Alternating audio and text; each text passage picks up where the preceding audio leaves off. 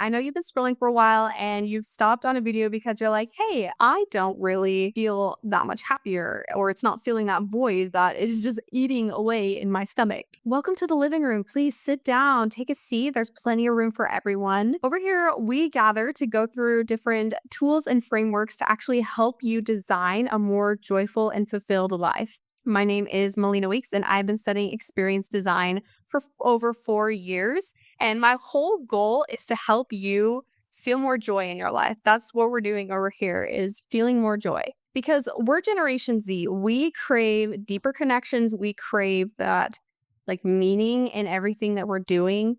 I've noticed that most of my friends aren't getting jobs just because the pay is good. They're getting jobs because the companies are making a difference.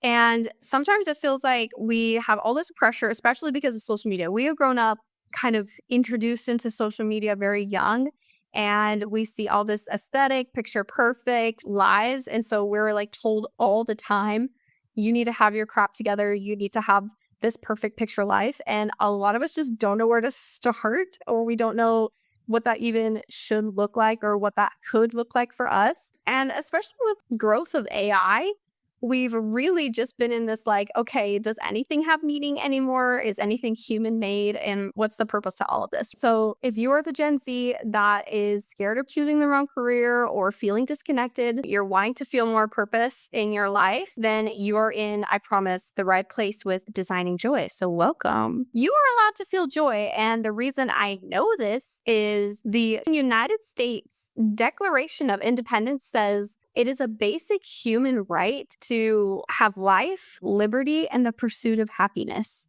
And so it's literally written there that you should be experiencing joy. They were talking more than this material possession. They're talking about real life, actionable joy. Because I think a lot of people today, you'll see this a lot on social media, especially with people trying to sell you all this stuff.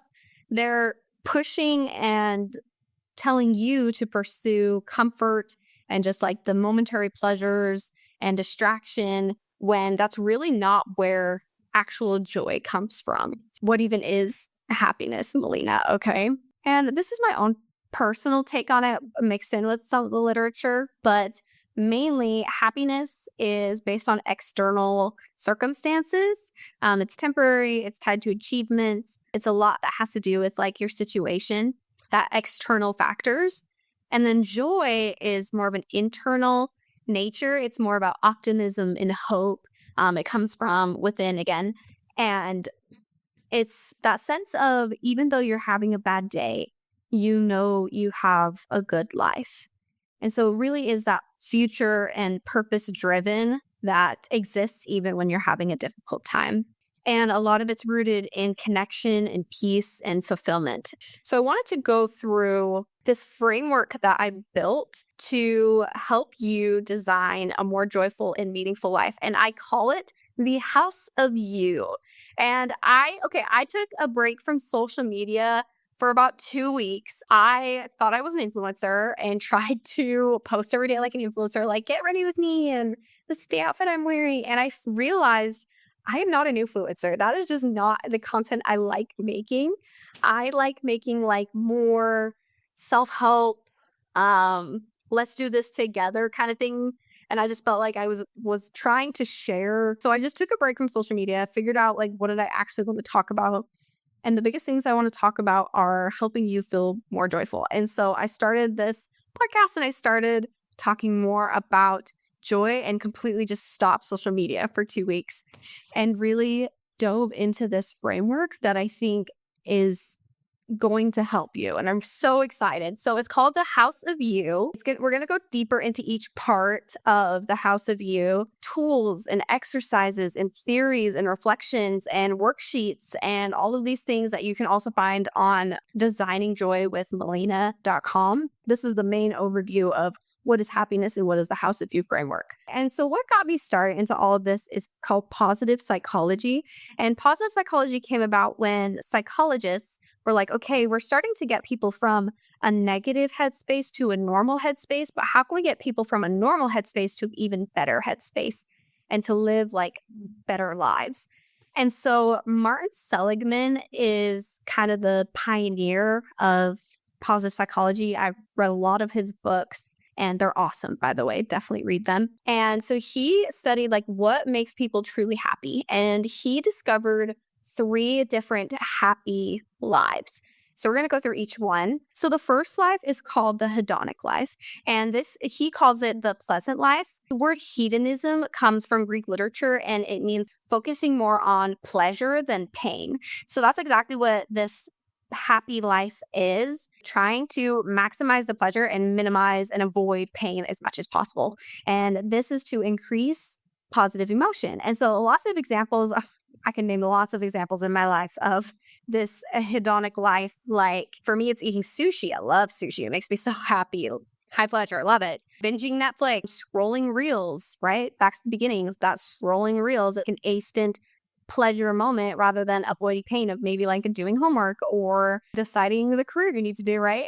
It's a temporary comfort that is helping you avoid pain. Most self-help books and people on the internet will try and promote this hedonic life. Like, are you sad? You need blank. They're trying to sell something to build up your pleasure, but again, it's not fulfilling enough. And that's where that void can come into, because a lot of us are living this hedonic life. Yes, it can make you comfortable, but you are not filling that void. Some drawbacks that Seligman talks about in his book, Authentic Happiness, are 1, positive emotion is partly genetic. This is so fascinating when I learned it because it just made so much sense that 50% of your tendency towards positive or negative emotions actually comes from your parents. So it's heritable. And it's not highly modifiable. It's not like you can't modify it. And so this means if your parents are more prone to negative emotions than positive emotions, it's more likely that you are too. By about 50%. And so this is quite fascinating when you think about it because you're like, okay, 50% of my emotions I can't control. The second drawback of the hedonic life is that these emotions don't last. It is a temporary fix to probably a bigger problem. That scrolling is when you scroll, you are temporarily like numbing your mind or getting a quick laugh, but that emotion doesn't last. So the second happy life is called the habitual life. Martin Seligman calls it the good life. And this is where he explains more than just positive emotion that you're trying to get. It's more about a life of engagement and flow. And flow is such an interesting positive psychology topic. It's when you're in the middle of something and then time stops. For me, it happened when I played volleyball. I was like in the moment, I was setting, I was like helping my team.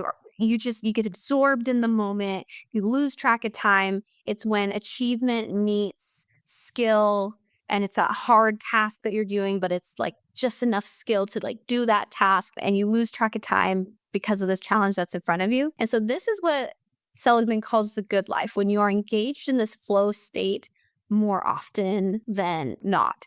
This is mainly happening when you're doing something that you enjoy. A drawback to the habitual life is that you lose track of time. So even though it's a good thing that you're in the state of flow, you also can't consciously enjoy the moment because you're in the moment. You're so engaged that you can't truly feel it, but then afterwards you feel very fulfilled.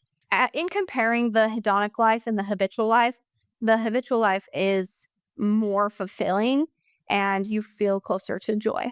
Okay, the last life is, I can hardly say it, the eudaimonic life. And it's spelled really weird. It's I already said it. It's EUDAIMONIC, eudaimonic.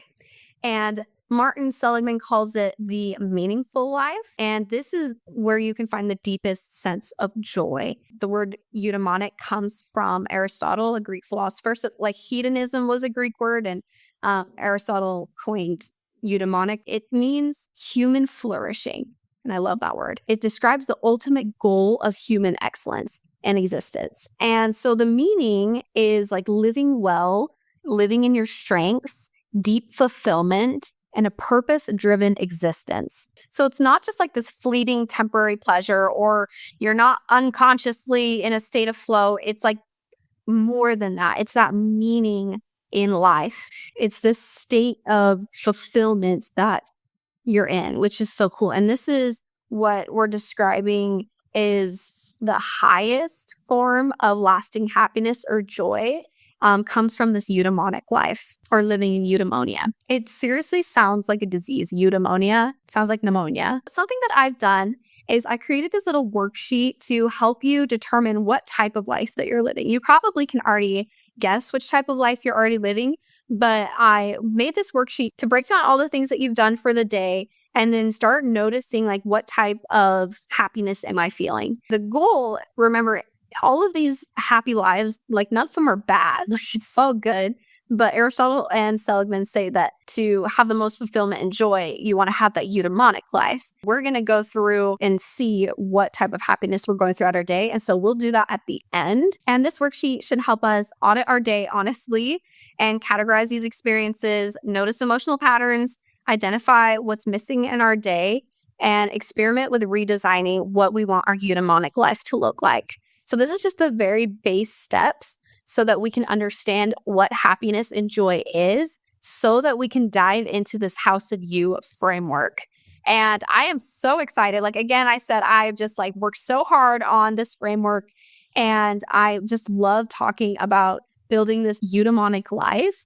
And so I want actual tangible ways that you can see yourself doing it. Here is the House of You framework. Okay, so we start with the foundation of self. You have to start here. You have to know who you are, the values that you have, the goals you have, the personality you have, the emotional patterns that you have, your strengths, your weaknesses, your fears, your identity, the labels, the energy patterns you have. Like, all of this is so important to understand yourself so that you can build the life that you want. And you really have to dig deep into who am I, and who am I when no one else is watching? Because I feel like a lot of us, we put on this beautiful face for social media or for our friends, but really diving into the self, that base, going to help us understand who we are and where we want to go for our eudaimonic life. It's the foundation. Before we can do anything else, we have to do self.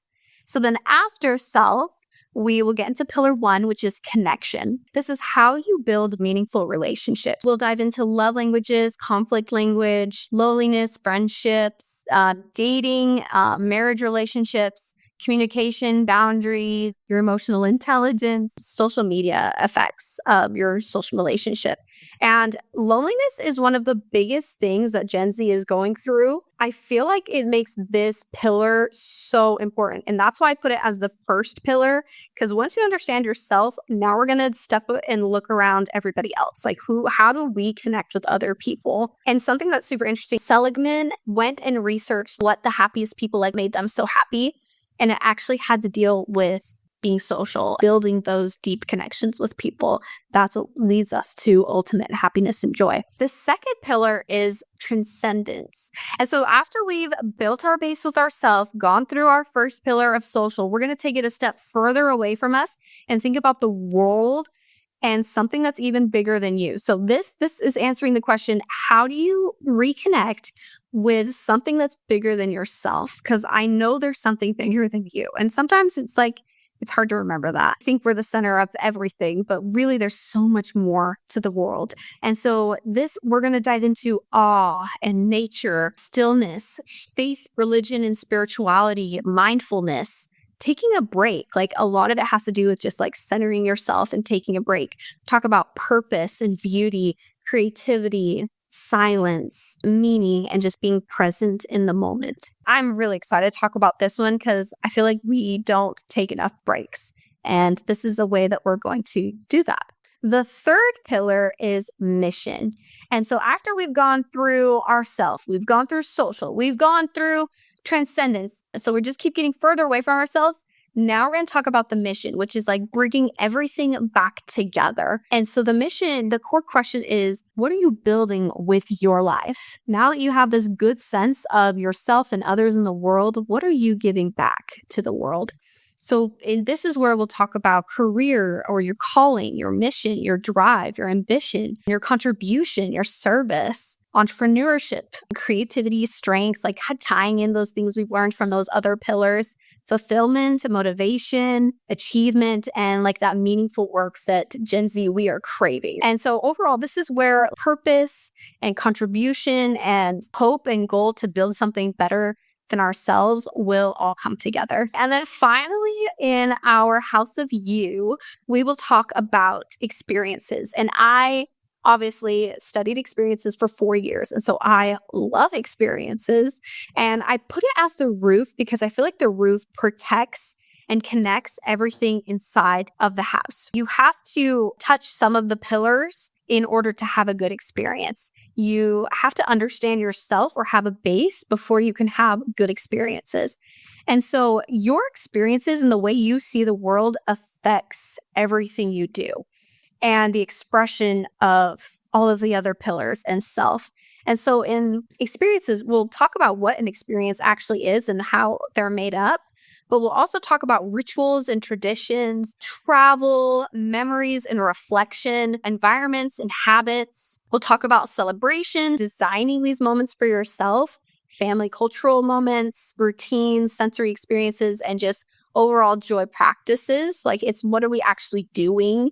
The experiences we're living and having. I just love talking about experiences because they are what make life meaningful and memorable and just emotionally rich. And so with this House of You, understanding all of these different parts, you are now able to design for a stronger, meaningful, richer, joyful life. And this is what I want you to feel. I want you to come into this living room space, sit down on the couch, and just enjoy your time learning about yourself and learning about the future that you are going to have. So let's do it. Let's create this eudaimonic life.